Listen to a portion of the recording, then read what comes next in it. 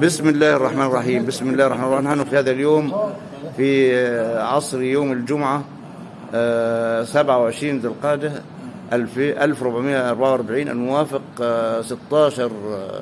16 يونيو 2023. ومع هذه الكوكبة الطيبة نعرف بأنه الشيخ محمد رمضان من الجولين شرقية. نعم، أهلا وسهلا. تاريخ ميلاد حضرتك معلش؟ نعم، تاريخ ميلاد حضرتك 25/9/65. ماشي، أهلا وسهلا. نعم الحج. أهلا بيك. محمد الحج طارق محمد بدري من الجولين شرقية. أهلا وسهلا. 16/12/66. ما شاء الله ما شاء الله، كل لسه شباب بسم الله ما شاء الله. عمل الحج مصطفى خليل محمد من القرين شرقية 1/9/49 تاريخ الميلاد. فالحمد لله على نعمة الإسلام ونعمة الإيمان ونعمة التوحيد ونعمة العقيدة، وكفى بها نعمة. أعظم رسالة نزلت على وجه الأرض هي رسالة الإسلام. فلو سجدنا لله عز وجل ليل نهار لكي نوفي ذرة من نعمه علينا لا يمكن أن نوفي ذرة من نعمه علينا، لأن غيرك بيعبد البقر، غيرك بيعبد الشجر، غيرك بيعبد النيران، وإنت بتسجد إلى الله عز وجل وتقول سبحان ربي الأعلى، أنت الأعلى يا الله. فهذه سعادة كبرى. فالمطلوب منا جميعا إن احنا خلي بالك نأتمر بأمر الله عز وجل ونأتمر بأمر الرسول صلى الله عليه وسلم. خلي بالك ننظر، خلي بالك يعني عن ما ربنا يأمرنا بأمر فنقول على العين وعلى الرأس، والرسول صلى الله عليه وسلم لما يأمرنا بأمر فنقول على العين وعلى الرأس. لأن خلي بالك السعادة كلها في طاعة الله عز وجل والرسول صلى الله عليه وسلم.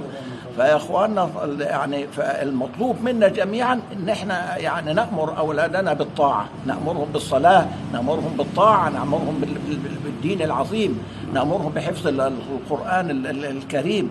لأن يعني أعظم كتاب أنزل من قبل الله عز وجل هو القرآن. ولذلك جميع الكتب كلها اللي أنزلت من قبل الله عز وجل حرفت ما عدا هذا القرآن. رب العزة قال وإنا له لحافظون.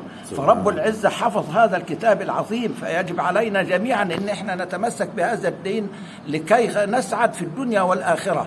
فندعو الله عز وجل ان يرنا الحق حقا وارزقنا اتباعه، وارنا الباطل باطلا وارزقنا اجتنابه، انه سميع الدعاء. وصلى اللهم على نبينا محمد وعلى آله وصحبه وسلم. آمين. والله سعدت بهذه الصحبة الطيبة. اخواني من القرين يعني شرفونا اليوم، وانا الحقيقه يعني محرج معهم لانهم زارونا عده مرات ووعدتهم بالزياره، ولكن هم السابقون دائما بالخير وبالفضل.